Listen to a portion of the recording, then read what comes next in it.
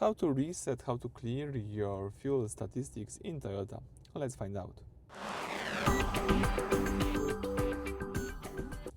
So let's start by accessing the screen. So let me start from home, choose here menu, the second button right here, and from the following list all you need to do is simply choose information, so the info right here.